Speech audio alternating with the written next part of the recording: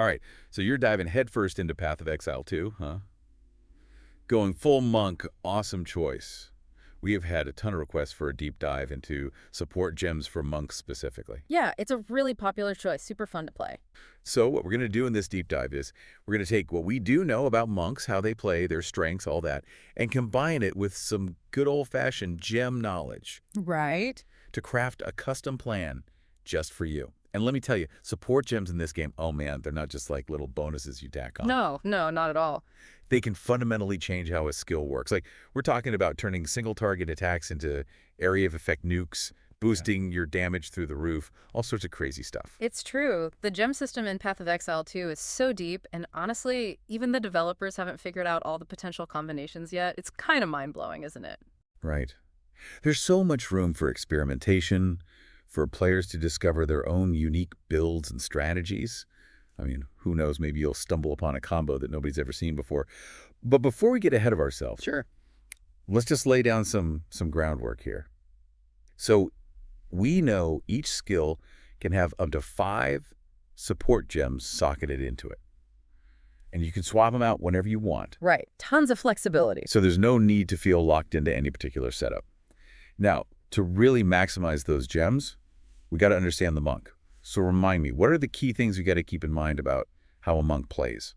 Well, the first thing that comes to mind is speed. Monks are all about momentum. They're like these whirling dervishes on the battlefield, right? Exactly. They favor the quarterstaff, weaving through combat, building power with every strike. Now, your source material highlights the 3 martial arts schools, lightning, ice, and wind, though. Yeah, got to love the classic elements. And I gotta say, that's where it gets really interesting because the real magic happens when you blend them. That's right. You mentioned this earlier. Like using Killing Palm, for instance, to gain a power charge, which is like a temporary buff that increases your critical strike chance. Yep. And then, boom, you unleash some massive attack from another skill amplified by that power charge. It's like a 1-2 punch. Staff empowerment and stunning enemies are also key aspects of the monk. Absolutely. Okay, so got it. We got a speedy, momentum-based fighter who can mix and match elements, and we want to pick the best support gems to boost all that. So where do we even begin? All right, so let's start with some early game gems that'll have an immediate impact and really let you feel that monk power. Multiple projectiles, that's one that stands out. Imagine turning a single target skill, like Glacial Cascade, into an area attack. Perfect for a fast-paced monk who's going to be surrounded by enemies. Right. Clear out a whole pack at once. Makes sense. Now, faster attacks, it feels like such a natural fit for the monk playstyle. Oh, absolutely. It taps right into that core concept of speed and momentum. Landing successive hits is how you build power as a monk, right? So faster attacks just helps you get there faster. Makes total sense, yeah. Okay, and then we got the elemental options, right? We've got to choose between added lightning damage, added ice damage, or added wind damage. And this is a big decision, you know? It's not just about what sounds cool at the moment. It's strategic, it's long-term thinking. Right, because it's not as simple as just boosting your damage. No, because boosting one element actually reduces the damage of the other 2. So you're forced to specialize. Interesting. So if I go all in on lightning, my ice and wind skills are going to be pretty weak. Exactly. And the deeper you go down one path, the stronger it becomes over time. That's called scaling. Got it. Okay, so picking your element is more than just personal preference. It's about building a whole strategy around it. Love it. And of course, we can't forget about good old-fashioned melee physical damage. Can't go wrong with that, right? Oh, absolutely not. That's the foundation for any melee build, right? Especially for a monk who relies on hitting hard and fast to build that momentum. Yeah, those early game enemies, they're going to be wondering what hit them. Now, to keep us alive while we're dishing out all that pain, got to have some survivability, right? And Life Leech, it seems like the perfect fit for that. Oh, absolutely. A must-have for the early game. And what's cool is it scales with your physical damage, so it really complements that monk playstyle. Although it's worth keeping in mind, it does kind of encourage you to keep focusing on physical damage later on. So, you know, something to think about as you refine your build. Oh, interesting. So even something like Life Leech, which seems pretty straightforward, can actually have these ripple effects on your build down the line. Exactly. It's all connected, you I know. love that. Okay, so we've got some solid early game picks. We're zipping around, hitting hard, leeching life back, and we've started to specialize in an element. What happens next? Right. As you start to level up and tackle tougher content, you'll need to start thinking about things like crowd control. area of effect that becomes key, especially for a melee character who's going to be surrounded by enemies. Makes sense, yeah. Don't want to get overwhelmed. Yeah. But what if you're facing a single really tough enemy, like a boss? Ah, well, in that case, concentrated effect is your best friend.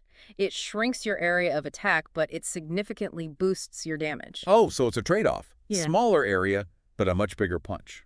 Exactly. It's all about tailoring your setup to the situation, right? Okay, and I know you mentioned this before, but those enemy resistances, they get pretty tough later on. Yeah. So elemental penetration, that's going to be key to make sure our elemental attacks are still packing a punch. Absolutely. And it all ties back to that early elemental choice you made, right? If you're a lightning monk, you'll want lightning penetration and so on. Okay. It's like everything's connected. I love it. Okay, and I can't forget, you also mentioned some support gems specifically for stunning enemies. Now, if someone's going all in on a stun-heavy monk build, what are some of the gems they should be looking at? Oh, there's some good ones. Impact, overpower, ruthless. These can turn your monk into a crowd control machine. Yeah, locking down those enemies, setting them up for massive damage. Sounds amazing. Man, I didn't realize how much depth there was to the support gem system. It's not just about adding a bit of damage here or there.